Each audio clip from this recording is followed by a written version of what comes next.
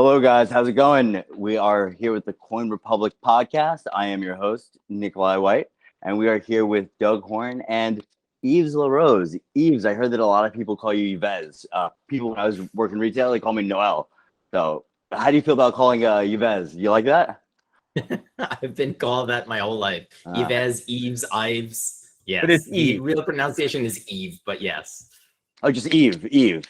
Just Eve, yeah, of course. The S is silent. It's French. I know we're important, and so we put S's everywhere, but no, just Eve. My co-host on the Satoshi Street Bets live podcast is actually French Canadian. He's Quebecois. Nice. Me too. Or I guess, yes, originally, yes. Oh, nice. Doug, you remember meeting Jeff, right? Yeah, sure. All right. Absolutely. Good dude. So we definitely have a lot going on, but before that, I want everybody to know who we're working with. Why don't you go ahead and tell you a little bit about yourself, and then we're going to go ahead and talk about the projects, the difference between EOS.io, EOS, and Telos. Doug, why don't you start us off? Sure. My name is Douglas Horn. I'm a developer in the blockchain space and with a sort of a history in the creative fields. And with Eve, 4 years ago, I was part of the EOS mainnet launch group. And out of that, I had a slightly different vision for what to do. And so I launched I wrote the white paper and helped launch the Telos blockchain. And now we've come back together, and Eve and I are working together with some other folks in the ecosystem to undertake the whole protocol development. Great. And Eve, why don't you go as well? Tell us a little bit about my name is Yves La Rose. Thank you very much for having me on. And I've been in the crypto space for about 10 years now, a little over 10 years now. Wow. But full time, I've been in the crypto space for just a little over 4 years. Same as Doug, part of the original group that launched EOS, but more so in the last year. And I ran a block producer on EOS for the last 4 years, top 21 block producer. But more so in the last year, I then left that and I started the EOS Network Foundation. And that's what I've been doing since last August, which then led me and Douglas to cross paths again earlier this year. Nice. So why don't you tell me a little bit about where you're going? What does this mean? What actually happened? What made you come back? What was happening in your absence? And where are we going to go from there? Doug, me? Sure, I'll start, and then I can kind of I'll introduce your part, and then you can do how I came in. So it's no secret that after raising the crypto industry's largest ICO of $4 billion, Block One did build the EOSio underlying protocol software. In my personal view, after that, they effectively, rugged their entire community that they built. They did not fulfill a lot of the promises, and they never really, for developers, ever gave us a roadmap of ongoing development. They developed features. They never really included our input in how to best grow this, and then they did other things. It came to a head for a few reasons, and they had moved on to they made it clear to everyone in the EOSio space that they were essentially not going to develop anything except what they needed for their new venture, Bullish Exchange.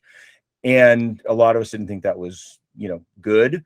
Telos had already kind of, we understood, I think at an earlier stage, that we were the redheaded stepchild and we were not going to be getting the love anymore. But while EOS thought that they, had every reason to think that they deserved that and weren't getting it. And so, partly because there were tokens that were supposed to be Block Ones, or they thought they were supposed to be them, but that were staked as a way to keep them in the ecosystem. So when they left the ecosystem, those sort of came up for grabs. And Eve led, as I understand it, he led a group saying, look, we can't just give these tokens to somebody who's not developing the ecosystem. We have to, these are earmarked for whoever's going to develop the ecosystem, and let's, you know, and if it's not going to be them anymore, then we should figure out how to get that to developers who will. So he came out with and his organization came out with a way to do that. I'll be honest, I was frankly very skeptical in the beginning for reasons we can talk about later.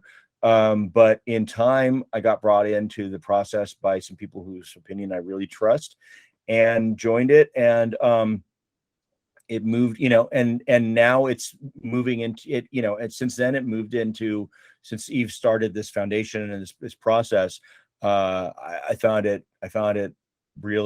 quickly found it really positive, and wanted to join and wanted to contribute. And Eve, why don't you take the story from there about how we turned that into a actual viable organization and how that is going now. Sounds good. So I'll clarify a few points. So I guess from our point of view, so we were already, or I was always on the EOS mainnet, as it's called. So the network that was actually leveraging the EOS token. And like what Douglas mentioned, it wasn't that tokens were staked to Block One, they were vesting to Block One over a period of 10 years. And for that period of 10 years, the idea was that Block One had made the commitment that they would be taking care of the core protocol, the EOSio software stack, essentially. And it became very apparent, and I'd even go a little bit using stronger language than what Douglas used, that it's not that they didn't really fulfill their commitments or the promises. They did not fulfill the promises or the commitments at all. And so when it became very apparent that the last leg that they had to stand on, which everything else was slightly subjective, gathering data on whether or not they were actually deploying part of the funds that they said they would be deploying, where they were deploying them, that was a little bit grayer. But there was one thing that wasn't great, that was black and white, and that was the core code repo. And effectively last year, around June or so, is when they really stopped taking care of that core code repo. So if you go look at EOSio, the GitHub repo, it went from having some commits to literally zero. And there's no black and white, literally goes down to zero. And so we saw that we were somewhat in a position where it was no longer arguable, or it was no longer subjective as to whether or not they were still contributing to the growth of the ecosystem. And so the ENF was formed. And another point of clarification, the tokens that were being vested to Block One have yet to be touched. They're not going to be touched. They still remain untouched. Basically, they're just no longer vesting to them. So think of Block One as an employee that essentially was fired. They're just no longer getting paid. But the tokens that have been created for that purpose still remain under their possession, still under their keep. They just quit. can't do anything with them. They quit. To be clear, they quit. Those were tokens, in my view, that were like set aside for development, and they said we're not developing it anymore. Yes. So they quit. So, but since then, what we did though with the foundation is that we did reignite a mechanism that had been closed previously by and led by me at the time as a block producer. We had a set amount of inflation within EOS that was going to a saving account. 1% of inflation was going to the block producers to be able to pay for network infrastructure, ongoing maintenance and operations of the actual network, and a certain amount was going to a saving account. That had been cut off, stopped years ago. We essentially reignited that. And so there's a 2% inflation that's going to a saving bucket. And that bucket is now sits idle. It's growing day by day. The EOS Network Foundation, BNF, requests from the network an allocation of capital from there, but that does not belong to the ENF. So what's very different with the foundation in EOS as compared to other foundations, we actually don't sit on any treasury. We don't have any assets. We continuously have to be accountable to the network through that delegated proof of stake mechanism to justify why we need more funds. And this is where then we created the coalition, so that there's a specific function that would be created alongside the other networks that were using that software stack, the underlying EOSio, to be able to ensure the maintenance, the development, and the growth of that software stack. Alongside partners that were using the actual software stack. And that's what Douglas mentioned that's very relevant, is for years, the people actually using the software had very little to no input into the development of that software. And that's completely changed since last summer. I just want, because some of our guests might actually not know what delegated proof of stake is. You want to just explain a little bit what the difference between proof of stake and delegated proof of stake? Sure. Proof of stake. So I think most people know that proof of work is that computers spend a lot of time guessing at numbers, and when the one that gets the right one, that fits the qualifications of essentially enough zeros at the front of the big giant number, gets to write the block, as long as it's valid. Proof of stake says, okay, we, instead of doing all that and wasting that, we're going to have whoever owns the whoever is staking will write the block on their own machine. But that machine, it could be like an old Mac Mini in your closet. It doesn't really matter, and that severely limits the infrastructure of the network, right? So in DPoS, delegated proof of stake, instead of everyone staking to their own machine, they stake to a voting mechanism, and that allows them to say, okay, we think that these guys, as block producer validators, have the right mix of great infrastructure, good judgment, contributions to the network, and long-term interest of the network involved in mind, so that we trust them. And that allows us, technically, this is why the DPoS blockchains are outperforming everything else, because no one's on that Mac Mini. Like, we're all in major data centers. One of the ways that we compete with other block producers on our chain is to provide the best infrastructure, the best, it's also a portion of the governance.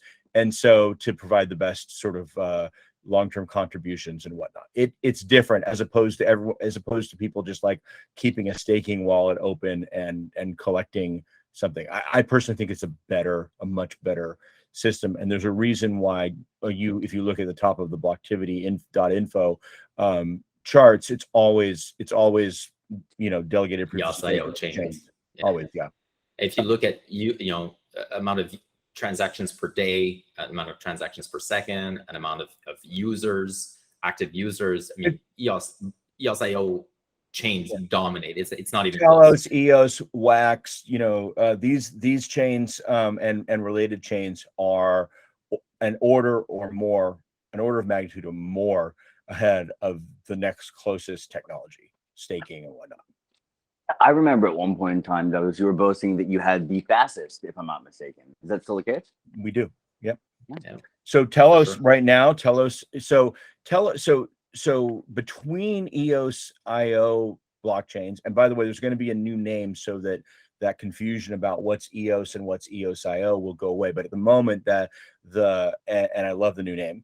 At the moment, though, the definition is that EOSio is the protocol that's written, and EOS, Telos, Wax, UX, Ultra, Proton are all individual iterations.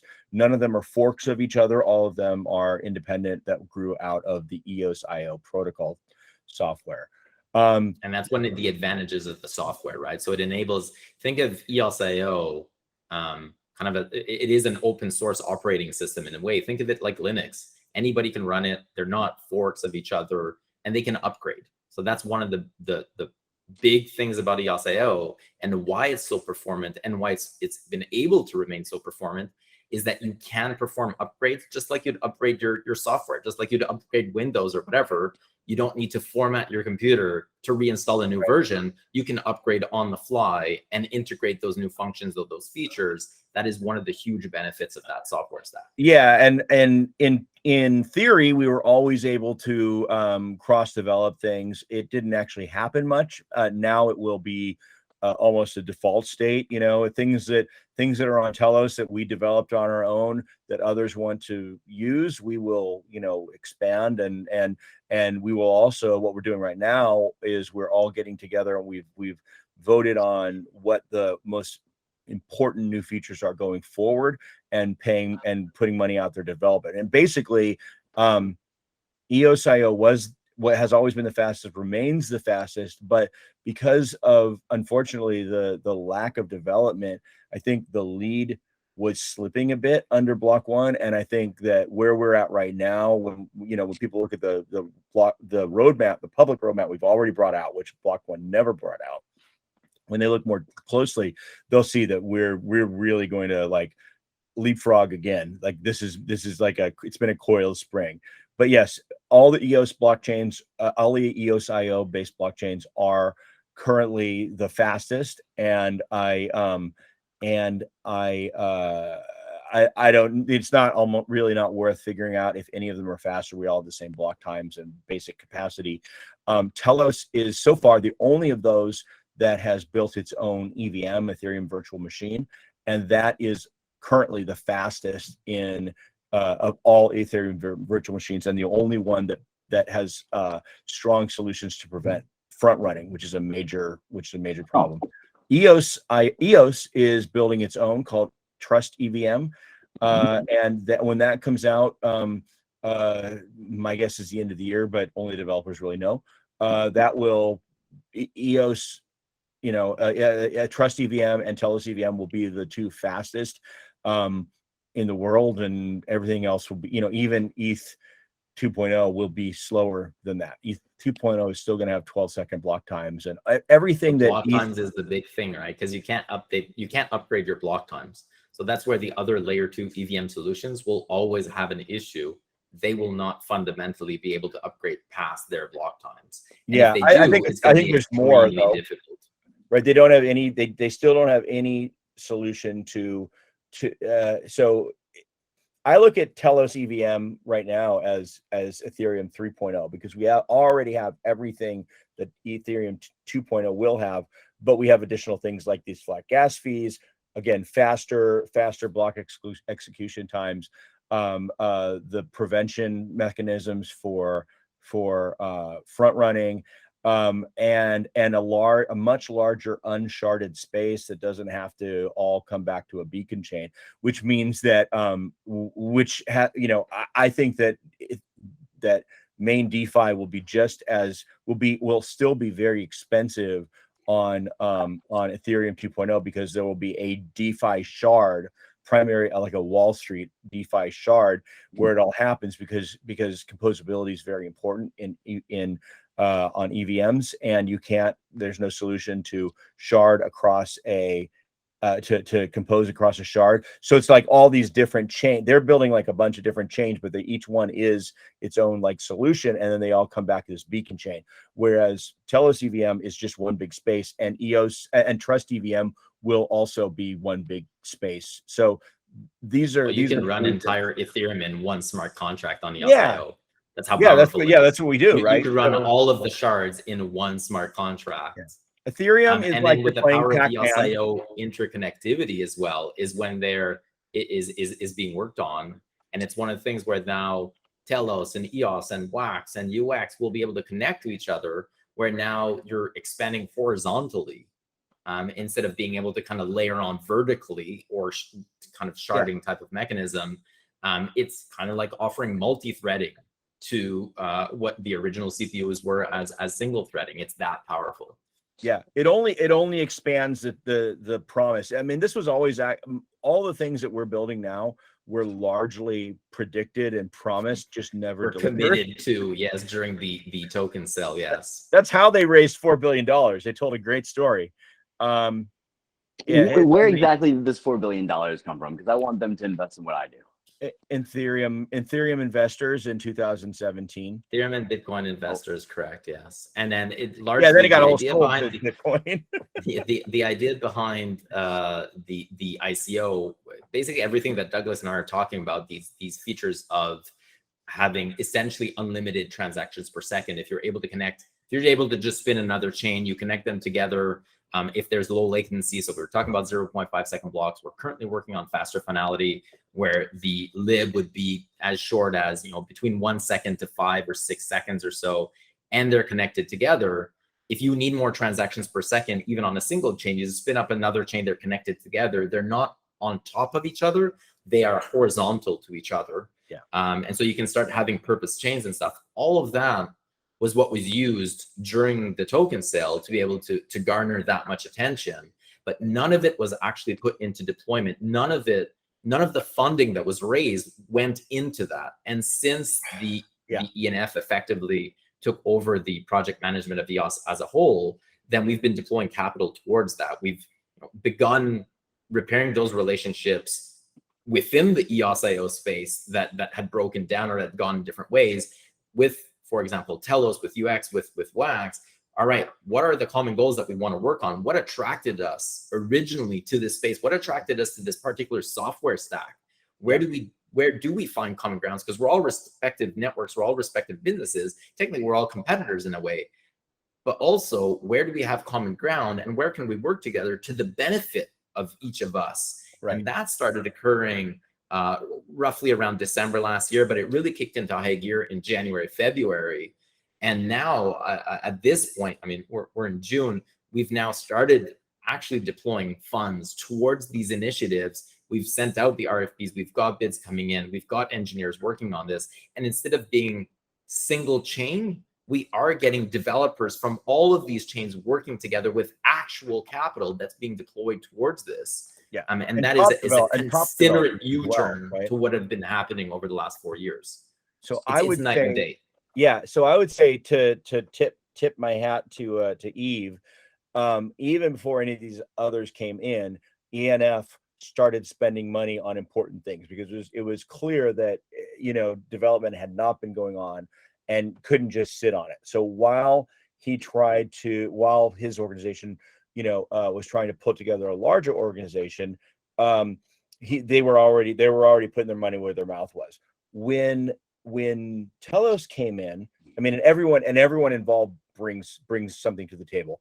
But I'll say when Telos came in, so ENF was the first actual functional foundation in the EOS space. Telos also has a Telos Foundation, which, like the ENF, doesn't have any, it started out with basically no funds, and the chain eventually voted funds towards it. So Telos has both the Telos Foundation that's just been running for 3.5 years, and the Telos Core Developers, which is an internal development group running the same amount of time. And so one of the things we were, I think, able to do is go in and say, it's awesome that you guys have these organizations, that you have a foundation now, and that you're coming in with a going to build a developer organization. But we've done this. There's a lot you learn over 3 years, and let us help sort of make your learning curve less steep so that we can work together on these things. And we brought, I think, while EOS has always had more of the money, we were able to help with the organization and some of these things. It's been really, I think it's been very symbiotic, to be honest. And I think that there's, the reasons it's going to work and that it's working is that we all understand that there's a potential like miracle of the commons, where we take the same, instead of like destroying everything, we make it all work better, even as we compete in many areas. But I just think, EOS and Telos are never going to be the same thing, but we have so many common interests that we can't help but raise all ships, as this sort of economic and technical tide comes in through our work. And I think there's a lot of competition that goes on where they don't want people going to the other platform. And I really think that if you're trying to get the most daily active users, you really do want to be working with those other chains that have the volume. Yeah. I want to ask you a question. What was the tipping point? What was the point in which you knew, all right, I need to come back. I need to step back in. What made you do it? Because I had spent 4 years in the EOS ecosystem as a block producer, so at the higher echelons of the governance and then of the direction of the chain, I was really intimate with the issues that we were facing. So the ENF, as it stands today, is essentially the third attempt at doing something similar to that. It took different shapes in the other proposals and the other times that we've attempted to do this. Personally, that I've attempted to do this with the block producer, the other entity that I used to be with.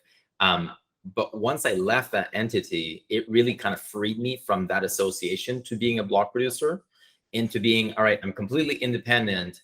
What does the system need? What can I provide? And so I took a few months. I obviously knew what was missing, and I had a really good sense of how we could achieve that. I had a good sense of who the network stakeholders were, because as Douglas mentioned before, with delegated proofs of stake, in order to be able to make any type of change to the network, you do need the buy-in of the largest entities. And so you do need that 15 out of 21. There are 21 block producers. In order to pass anything on the network, you need 15 out of those 21. Those are all decentralized organizations. So some of them are exchanges, some of them are independent block producers, some of them are applications that have been able to gather a lot of stake. Whoever they are, they're completely independent. And so to be able to convince and to get the buy-in of the network, I knew that I was uniquely positioned to be able to do so. And so I knew that there was like something to be done and that potentially I could be able to do it. And I had a vision as to what was missing, what was lacking. And essentially since I started the NF, or since I made public that I was going to launch this endeavor, it's relatively easy. What I'm attempting to create and what I've been creating and literally doing and waking up in the morning to do is what attracted me to EOS in the first place 4 years ago. What I read in the EOS white paper that never materialized is essentially what I'm currently deploying right now. This idea of cross-chain connectivity, this idea of being able to lay olive branches and having a whole ecosystem that works together, this idea of having funds available for developers outside of network operators, this idea of being able to support non-financially as well teams, because what we see in this space is that a lot of teams have a really great ideas and they might have developers, but they don't necessarily have project managers. So what are the other functions that people typically need in this space outside of financial support? What kind of stakeholders do we have? So what kind of buckets should we be creating as initiatives to be able to attract different type of stakeholders? Are they more community members? Are they more developers? Are they looking for Series A? Are they looking for seed funding? Are they looking at temporal? Do they already have communities? So I've been essentially creating what I thought was going to happen 4 years ago with the monies that went to the ICO. Because the idea with the ICO, was really well known. Once it was known that there was about $4.2 billion raised, the idea was that 25% of that, about $1 billion, was going to be going back into the ecosystem. And what attracted people in order to buy into that was that instead of having this very much decentralized, you'd have it centralized in one entity that'd be more efficient in deploying that capital, and that would have, because of the ICO, the brand, the reputation to be able to make those partnerships. So similarly to what we see in other ecosystems where foundations launch with 30-40% of active token supply, EOS was even more decentralized. This entity was only going to get 10% of token supply, but over a period of 10 years. And so, all of these everything seemed to be aligned, nothing materialized. And so I still had that vision of what I wanted or what attracted me in the first place, plus talking with the stakeholders, what attracted them in the first place, talking to Douglas, talking to the other guys at the other EOSO chains. What attracted you? All right, what can I then do? And I was uniquely positioned to actually go and implement and deploy and execute on that vision. And I guess that's what attracted me, is that passion. It's knowing that likely nobody else could do this, and if I didn't do it, it wasn't going to happen. And that's the thing. I was told all my life, certain things are too big. They're bigger than you, and you're never going to be able to change them. And if everyone thought that way, nothing would ever change. Nothing would ever get done. It's not true. Almost anyone who really believes that they can change it and just makes it a self-fulfilling thing, need to do it, will create change. So interesting. Telos is a good example of that, right? Like if you look at Telos and how Telos came about, like Douglas said, I don't recall the term that you used, but Douglas, the Telos Foundation, TCD, and basically all of the folks at Telos have been doing that on their own for the last 4 years, basically. And they're a testament to what can happen when you just put your passion, your mind towards something, for sure. We took two different paths to sort of the same end. EOS, and everyone involved with EOS had this belief that this would work, and eventually, oh gosh, once they get the SEC off their back, then they'll do this one. But to me, it became, maybe I'm more callous, or maybe whatever, for whatever reason, I seem to know, I felt very strongly right off the bat that this was not going to happen, because it actually didn't fit their needs, right? Like if you look at it, it's like, okay, well, we've got $4 billion, and we could either throw, put all that into building the community, or we could just keep it for ourselves. And I'm like, I think these guys are going to keep it for themselves. So we built everything. Telos built our own funding systems. Like, we didn't have any of those 10 billion tokens. We didn't reserve anything. We accidentally came about with the reserve because there was, after a year, we had airdropped to the community, but we had taken, EOS initially had a very sort of steep ownership curve, and we sort of gave a haircut to 1% of the accounts, so it was much more, so it's much spread out more widely amongst the users. But and we didn't retain anything except for 5%. But we built all these ways to create funding operations. Like, we had Telos Works. That was something that the worker proposal system was something that was promised. Another one of the things that were promised that we had to build. And in order to have that, we had to build a governance system that emerged into Telos Society, which is a very strong governance system that I think, all the EOSio chains will use in some way, shape, or form before long. And so we built a lot of things. We built our own decentralized storage system. We built all these things because we needed them, and we knew no one else was going to build them. And my little secret was I didn't think Block One was going to build them for anybody else either, no matter what they said.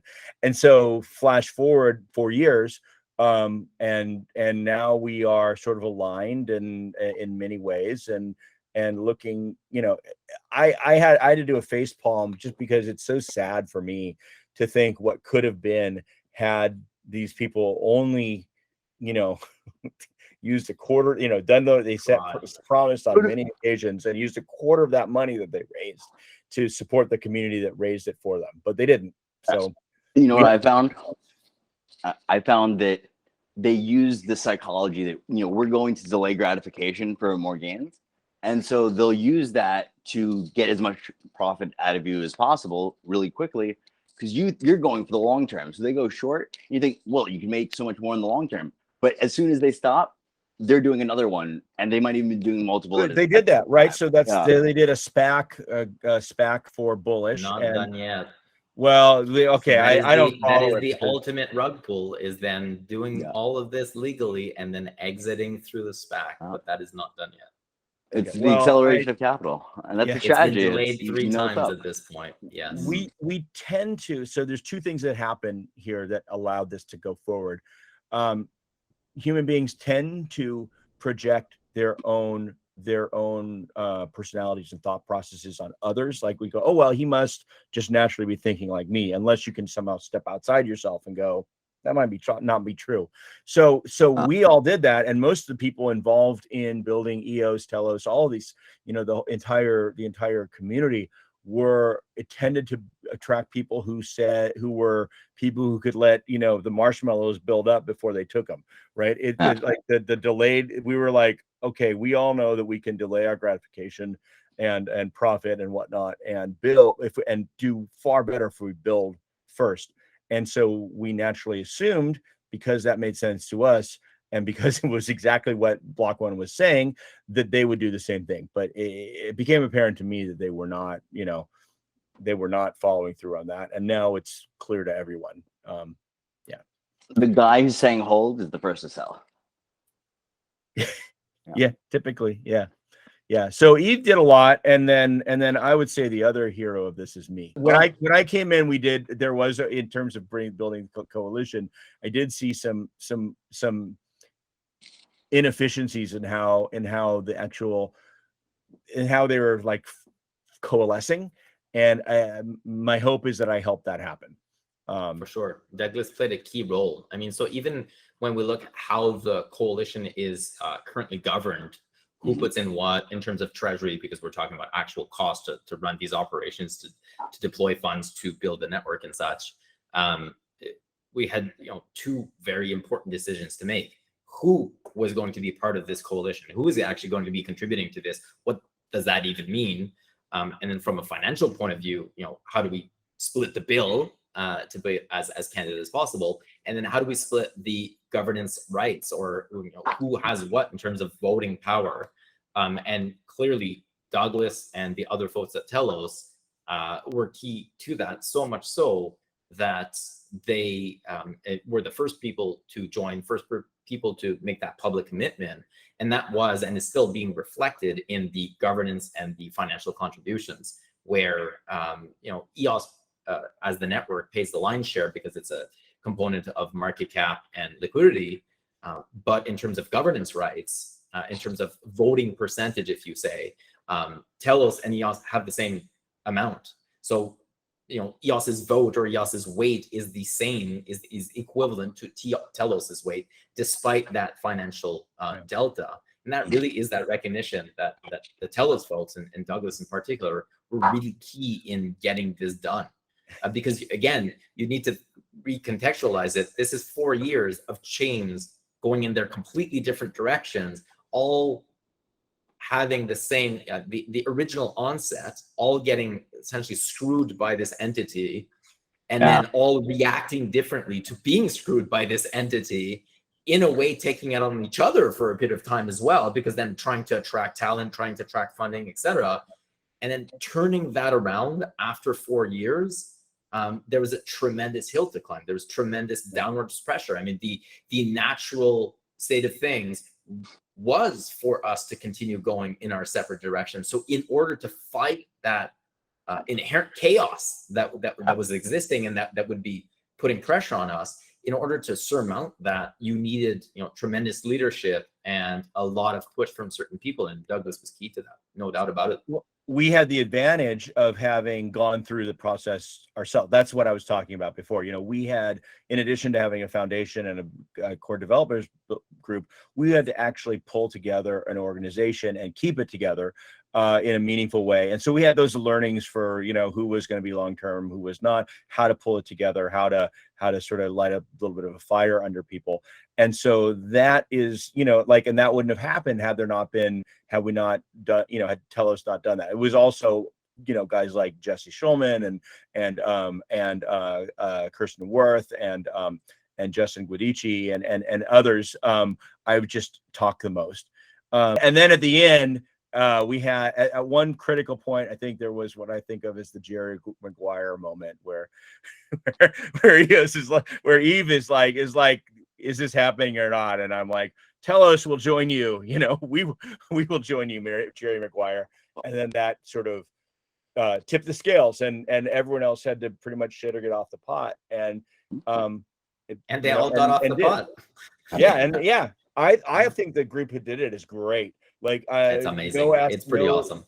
Yeah, I nothing against people who didn't. Everyone had to do what they had to do for their own reasons. And I was very clear. I said, look, no one should do this for aspirational reasons or altruistic reasons. No one should do it because it's good for the protocol. You should only do it because it's good for your own project. Because if you're doing it for altruistic reasons, you'll lose faith after it's gonna break down. Time. We need to build a years-long organization that provides a vision for the future for this protocol that undoes, our first task is to undo a lot of the damage that has been done over the year.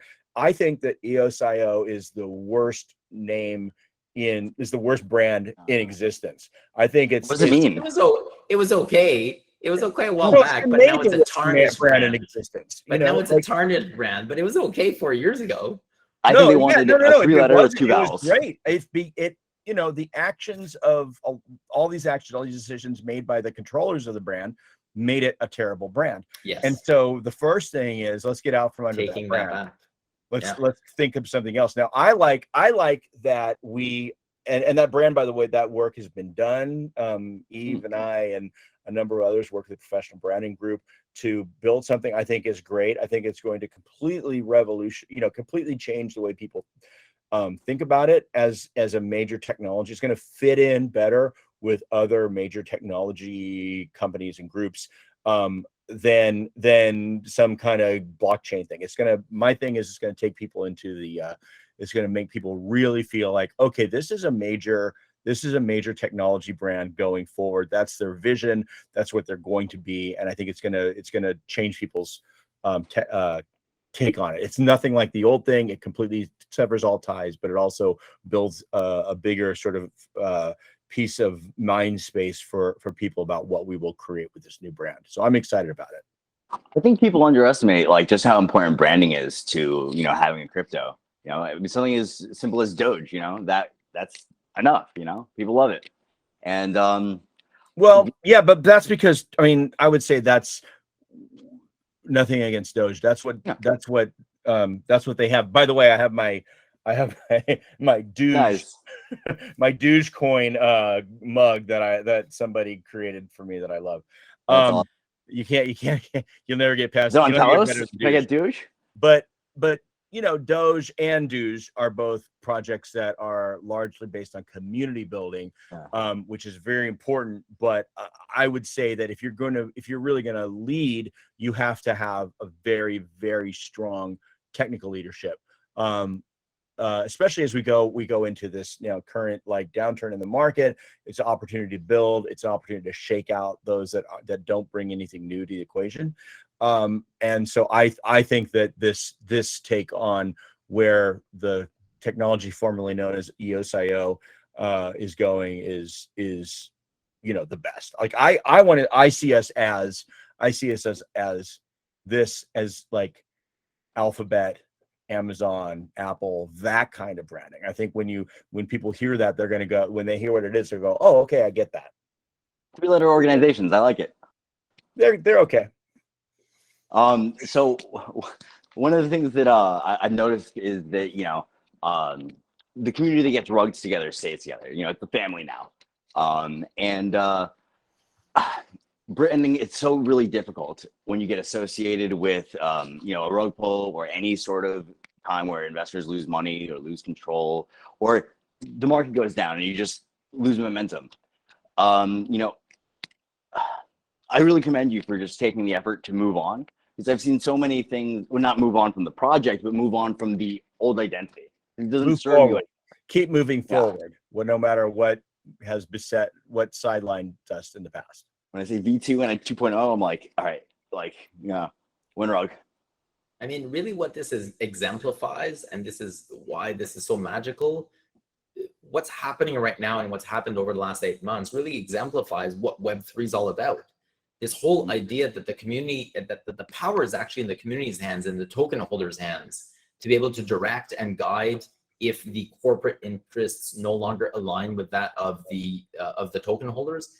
This is the story. I mean, this is the greatest comeback story of all time in the crypto space, right? This is the community taking over and, you know, taking the reins away from these greedy corporate interests type of thing.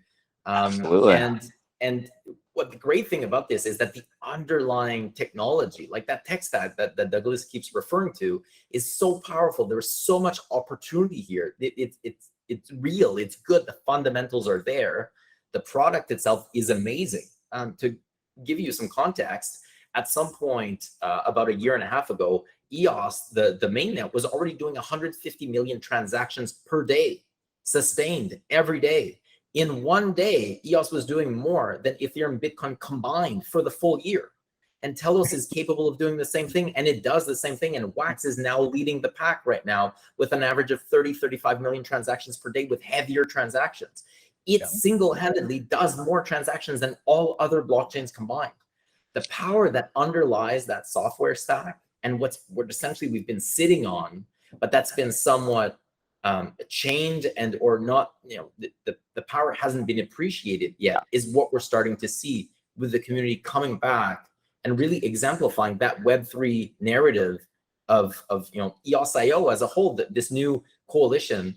That coalition, when the name comes out, like really what this is like the DAO of DAOs. Like EOS is a DAO, Telos is a DAO, and this is really the DAO of DAOs. It is pretty amazing in terms of comeback story, and the resiliency that's found within this community is amazing.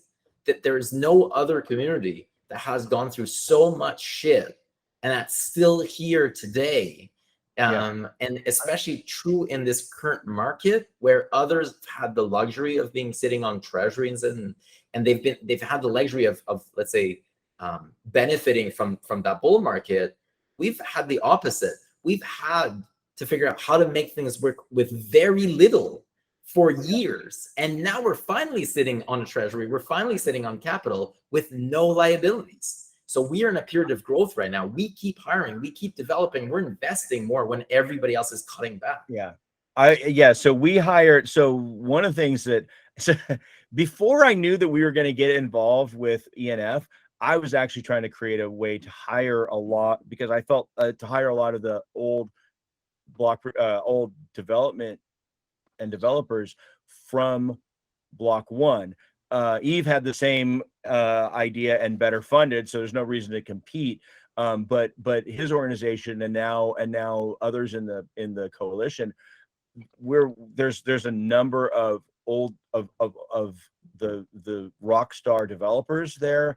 There's bringing in new PhDs in cryptography. I mean, this is a real, and then that's in addition to, like, for Telos, we also have our own TCD, Telos Core Devs, but that's also working, where we've done, nothing shabby either, and we're working together. So I think it's great. I say we should give credit to, the only story I see really close to this in the crypto space is Hive. And if people know that, there was Steam, and that's actually quite similar, and there's some similar players.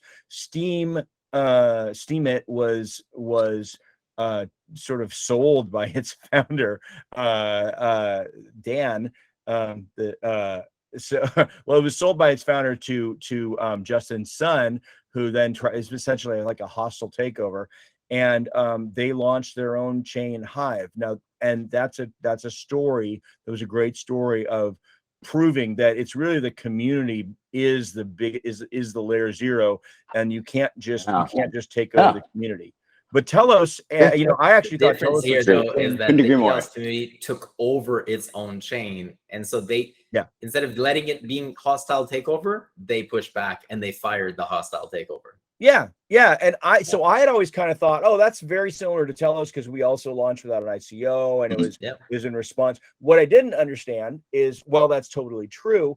I think it's also part of a much bigger story now that we're just able to sort of pull back far enough to get scope on, which is, some of those. So the problem with Telos is we were always very small, no matter what, in terms of market cap. But what we've been able to contribute to the larger group and to the benefit of all is that same experience we were talking about. And so yeah, we're able to help what Eve started by having the guts to go out and say, this is not good, and I'm gonna do something about it. So my hat's off to you. Yeah, let's show up. Yeah, and it really fit. It was a good fit. Like, suddenly it was like I understood what we all had kind of in common, and the other, what we did, and how we could mutually benefit. The other thing, so I always look at being a block producer or some kind of a developer or a leader or whatever, however you define it in a decentralized organization. I feel it's a service position. I feel it's something you should do because you want better technology to come into the world to make a better world. And I think we all feel that way. A lot of Telos holders are also EOS holders, and vice versa, and Wax holders. And so even though my primary concern, of course, is Telos, I know that other people who are supporting Telos care a lot about EOS and care a lot about Wax, and that's always been sort of a sticking point for me, because I don't want to see them get hurt by what Block One was doing. And I think that that's an additional area where we all sort of align. It's like, look, we're in this for our users, and we fight like Tron. We fight for the users, and we we can't really support, fully represent our users and be completely at odds with one another because they care. Absolutely. As a project lead, you really have to be like a good steward, a caretaker of the community, of the assets, of the reputation. Because once it's gone, it's a lot of My view, I don't know if we've talked about this, Eve, but I would guess that you feel similar. I think that what we are building and what we said big steps to build is really the internet of the next many years, and will be the next building block for all future iterations of the internet. And and there will be other chains involved, but I really think that our coalition and those that build off the software that we ultimately, maintain and expand are going to be probably a very central part of that, the way that HTTP is a central part of the web, Yeah. Agreed. So there is something that I want to touch on, because I think you might have the solution to something, and I think we should really talk about this. And it's the front running aspect. It's such a big problem, both in DeFi and honestly, it's how the institutions are making their money as well. And so we were talking about how we can take our money out of Wall Street, but we can't we take our investments out of Wall Street, but we can't take Wall Street out of our investments. And maybe one way to grubby little ant, but maybe one way to do it is just to figure out what they're doing to take advantage, which you can do in a transparent blockchain environment, which you just don't have elsewhere. Well, in Telos, we've already solved prevention of MEV and front running, and it's largely because of the nature of the EOSio protocol. There's a couple things we added that are necessary, but every one of the chains can do this if they choose to. Essentially, you have to, the protocol already prioritizes first in, first out transaction processing, which is important. There's no actual on the native chains, there's no gas fee, so there's no way to pay more. In Telos, as we did a couple of extra things. One was we have a governance document that's voted and amended by all the users using our Telos Decide and Telos Amend governance tools. And so it states very clearly that block producers, not only is there the technical impediment to any kind of front running or reordering transactions, but it's very clearly stated there that that's not allowed. And it's and if detected, there's a very harsh penalty. Essentially, they're kicked off the network for 5 years. Wow. And so between those and also the extreme speed that every EOSio chain has, and the lack of congestion, so there's no open mempool sitting there for people to sort of look into, that solves a lot. And if the other chains also do this, and with Telos, we also have a flat gas fee. Everyone pays the exact same gas price. So on Telos EVM, so it extends what happens on Telos native and EOS native and everything, where you can't get ahead of people by paying more. We extended that into the EVM world. So if Trust EVM does many of these same things, they will also be able to in all practical terms eliminate front running or prevent front running. It has been pointed out that it's not a mathematical impossibility, but it's a practical impossibility. Mathematical impossibility means the it will never barriers happen. to be able to do so are so big. I mean, even outside of everything you just mentioned, one of them is you'd have to actually rewrite it. Rewrite the EOSio core protocol code. And those individuals are far few in between as to whether or not they could do so. So they'd have to be those individuals. They have to have the technical capability. You need to jump through all of the hoops that Douglas just mentioned, and those have preventions. And so essentially, it's very, very hard. It's not happening. I would argue that if at the end you do all that work and then you're basically kicked off as a block, impossible to be a block producer for 5 years.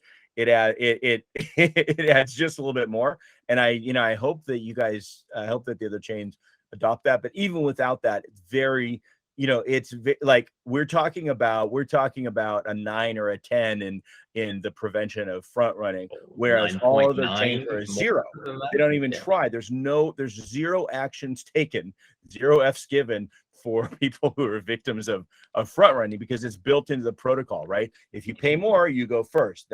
And there's no impediment. So we're talking about where we land relatively on a scale where we're the only two on it. Actually, because otherwise that speed would be like an algorithmic trader's wet dream, Well, so one of the, like Douglas mentioned, is just the speed of the chains as well. And we're going to be increasing that speed even further now with interconnectivity and faster finality, where that barrier again, that line again, that's even potentially theoretically possible, is going to be so far even further that that 9 on 10 that Douglas just mentioned is going to become a 9.99 on 10, or it theoretically potentially possible, practically not possible. Yeah. And this is what I see with a lot of DAOs, and it really sometimes the smaller DAOs get taken advantage of because you can just, it's a certain amount of capital that you need, and people are like, oh well, it's so much money that it would never happen. And there's two things. One thing is that you don't really know just how much money, and as soon as somebody has that much money or a group of people have that much money, it's then in their financial incentive to do it. Even though it might That's the same argument for POW. If you have 51% of the mining hash power, but if that's the case, you could also just fork away. I mean, yeah, so it's theoretically possible to take over Bitcoin, but it does not happen because in order for it to do so, you just fork off, you go do the other chain, the value would transfer out. Like it's just the Hive lesson we just discussed, right? I mean, Bitcoin has been forked into Bitcoin Cash, Ethereum, and Bitcoin Vista, and Bitcoin, and these others, and the relative value is a reflection of what the community thinks of those forks. Absolutely, having a wide community, because I know you guys have a lot of daily active users and active community members, which is great. As you get a smaller scale and you try to start something like this, it can be really, really difficult. So it's awesome that you guys have such a big, wide, strong community. I think, I don't know, I really want to see where this goes because it's so different and it's connected at the same time. I really want to see what happens here. The thing that it's what's been really interesting since Telos launched Telos EVM, and I think what EOS users will discover when Trust EVM goes on mainnet, on its mainnet, what we've discovered is really, despite all these technological advances which are important, the broad user base of crypto in general and DeFi and NFTs and everything really want to use the tools they know, even though I would argue that things like Anchor and whatnot are actually easier to learn and certainly better than MetaMask. So most of the world has already gone through the experience of learning MetaMask, and they don't want to learn a new tool, even if it's better, right? And so we just have to, like, all of us have been like, oh, ours tech is so much better. But what you really realize is, what I've realized anyway, is, it doesn't, like, that has its value, but unless you can put it into a user experience that you have 100 times more people who know how to use, then it's a big limiting factor. So I actually think that for the last, since November when we launched Telos EVM, it's just become very clear that this is the greatest growth opportunity. And I think when EOS has that as well, they're going to have explosion of users too in from that world. I actually remembered one of the things I wanted to say about DAOs is that it gets easier and easier and less capital intensive the more centralized it is from the start, and that's not always so transparent as far as who gets first access to the funds, whether it's you get the contract first or whether or not it's distributed in a certain way, or the biases of the people that make some of those decisions. And I think that a tendency as well is that power accumulates and it's centralized in itself. I mean, there's a lot of people who would say that Bitcoin is a lot more centralized than people would think. Well, there's a lot of ways to measure this. It's very hard to measure decentralization. There's attempts called the Nakamoto coefficient, which essentially is an attempt to measure the smallest number of participants that could brick a network or double spend. And if you look, and everyone says, well, this would never happen. But if you look at the mining pools, then you see that the people running the mining pools, it would only take 5, I think, or 6 to, if they decided to collude. Large ones, but yes. Yeah, they're very large ones. No, but so something I think, Eve, you and I both have in common is that we were fairly significant or somewhat significant Bitcoin miners back in the day. I think you and I have talked about that. January, February 2010. Yes. Yeah. I had a petabyte, you know, sized petahash sized, you know, group of miners back when that meant anything. And so what you I had learned, a laptop miner when the laptop meant something. Oh my gosh, well, you win. So wait, you mean I can get something with my toaster? Well, you used to be able to. Yes, you used to be able to, for sure. So I mean, I don't mind. Cell phones are more powerful than the laptops back then. So yeah. Well, it was the what, you know, everything changed when GPUs came in and then ASICs and whatnot. And now it's the big capital thing. But to my experience is most sophisticated mining operations, let alone the people who have 10 miners or whatever, they really only pick their mining pool entirely based on revenue, right? What's, you know, or 99% based those on profits over people. What's wrong with them? Like there's mining software that most, you know, medium to large size miners use called Awesome Miner and some other things, and they just do revenue. They just do switching.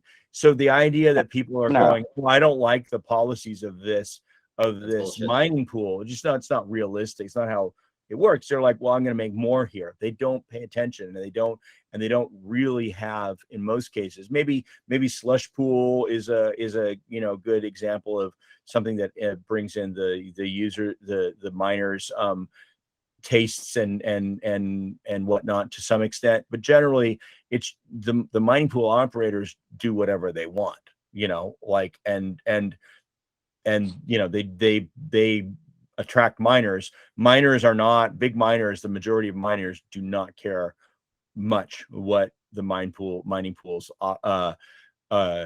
you know, priorities are, other than what they end up earning, right? So I don't know. I mean, and that's my impression. I don't know, Eve, is if that's, I'd like to hear what you think, but if that's true, then this idea that oh well, the miners can always move, it's like, well, kind of, but theoretically, you know, they can move. Practically they don't. But I think it's somewhat irrelevant at this stage, because Bitcoin as a software doesn't really evolve anymore. It's pretty much set, right? And so because it's been anchored at this stage, there's also not necessarily a need for people to make a choice between A and B, left and right, or whatever is out there. It's pretty much settled at this point. And so yes, the miners are kind of just ongoing operations. People set and forget. There's nothing to decide on, really. But that's part of the power of Bitcoin as well.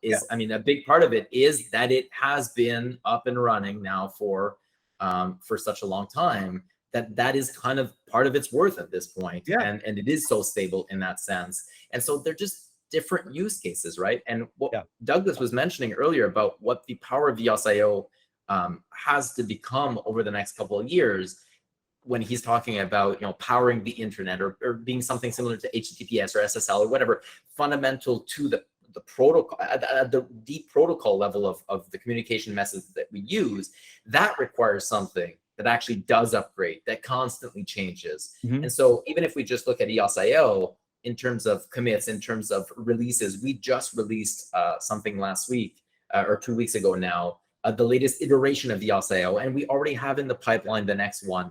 You don't see that with Bitcoin because that's not its use case. That's not really its purpose. That's the not store what it's of value to fill, right?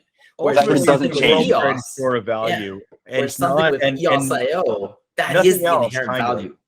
I'm a huge believer in Bitcoin. I think that the world needs exactly one Bitcoin, you know, network, and none of these other proof of work networks. I think, like, everyone goes, oh, Bitcoin's ruining the environment. And I think, well, that's wrong, because have you ever seen the diesel trucks that move bags of money from bank to bank? Oh yeah. You know? But aside from that, the security, you know, and the food they eat and their families, nobody needs Litecoin. Nobody needs, you know, most of these other, like, I'll like, we definitely need Bitcoin, but it's a amazing strong store of value which should totally exist, and then it's the transactional layer should be on, you know, on scalability layer, the transaction yeah, layer, the the most application performant, layer. updated, secure things that are currently all the EOSio blockchains. So what year do you think that Monero is going to overtake Bitcoin? I love Monero, by the way. It's just a total. So Monero is just a total different use case, right? And okay, that's the one exception. Monero is its own use case, and it does store of value too. Bitcoin, and nobody really else quite offers as good. I still run a Monero node, Nice. full node, and I'm a big believer. I don't think it will ever overrun Bitcoin. Oh, I think that the Monero that runs on EOSio, which currently is called ZEOS, is going to fill that role, because if you actually want to have that privacy layer, but usable privacy layer, it needs to run on something that's scalable, that's extremely fast, that can actually be integrated within your applications, and then can scale with the demand. And so if we're talking about something that's going to need to scale, again, EOSio being that scalability layer of the internet, of the blockchain space, like Douglas mentioned, being like Ethereum 3.0 already, essentially, or already being there. It's not theoretical. Everything that Douglas is mentioning right now, that I'm mentioning, it's not something that's in the works or that's coming. It's something that's been running for 4 years.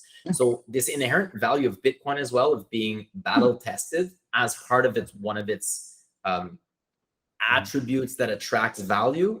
EOSio is the most battle tested Gen 3 layer 1 blockchain out there. So if we compare it to things like Polkadot, like Solana, where every other week something happens, Solana is supposed to have 400 millisecond block times. Those of now in the 30-minute mark are closer to 650, 660 milliseconds. At the hour layer, it's around 800 milliseconds. You got the network going down. An interesting. The running joke is Solana's on 9 to 5, Monday to Friday. Actually, what we've seen lately, even last week, with the network overtaking a user's account in order to prevent all of that, like, this is non-theoretical in EOS. EOSio has been running for 4 years, battle tested with actual value, with billions of dollars worth of capital, with all of these issues that these new Gen 3 layer 1 blockchains are facing. EOSio has gone through them in the last 4 years. These are no longer theoretical, where we're going, what we're working on. It's already there. Right. Everybody else is, it's troubling to me that others are saying, well, these, here's our theoretical TPS, transactions per second. Yeah. And 2.5 years ago, almost 3 years ago, on the Jungle testnet, which is another thing that for a long time, different block producers on different chains have all sort of run together. There's a bit of a precursor of what we're doing, but on that, the test, there was an actual real live test that was done that did a got over 10,000 transactions per second sustained.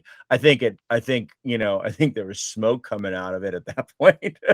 But it was actually not, interestingly, so the new number there is now 17,000, not on Jungle, but that now that new was number 2 years ago, because we're talking about 2-3 years ago, right? And that's on a single instance, let alone once these chains are interconnected, which is already functional, is already live. Now it doesn't matter. It becomes irrelevant. Transactions per second is now irrelevant in the mix because it's theoretically infinite. I know, but and this is years ago, right? People put so much emphasis on these meaningless stats that they've never tested. And that's the other thing. Yeah. And like, so even like EVM, TPS is really, a lot of people say, my EVM does X amount of transactions per second. The real metric that people should be looking at, that's seemingly coming about now, is how many swaps per second can you do? So real life, not theoretical, you could potentially do this. What can you actually do with real data, with real value, with real assets in a real live environment? And so we're starting to see even the metrics change, because these numbers of theoretical transactions per second, either way, EOS beats you, EOSio beats you. But even outside of that, what does that mean for concrete applications? What does that really tangibly mean? So we're even starting to see the way that we attribute those metrics change, because it no longer has any value. People just throw new numbers out there, and you never even hit them. Right. They do these things. They pretend they mean anything. There's no common definition for what a Correct. transaction in TPS How means. big is your transaction? Right, How yeah, heavy exactly. is Like, it? nobody even What's gets into in that transaction? Yeah, but just on a Solana, very wink, wink. basic layer, if you say like, what are we sending? We're sending something. We've tested it. We are using real figures. They're using fantasy figures. And then I would say where the rubber meets the road is where things start breaking, right? So Polygon broke at like 700, and you know, like that's where you really know. Telos has never been down once since the mainnet launched. EOS was down for a couple of hours about 2 weeks in. The day after mainnet Yeah, okay, launch. the day so after, basically, right. EOS has had 0 downtime in 4 years. Yeah, I'm still going to mention it because the day after mainnet launch. It's yes, you know, I can't either because we were running, we were a BP on EOS at the time too, even though we weren't in the top. So yeah, so all these other protocols, Bitcoin, Ethereum, and people pretend like Bitcoin and Ethereum never went down, but they did famously in different, you know, but they haven't gone down in years and years, just like EOS and like Telos and Wax haven't.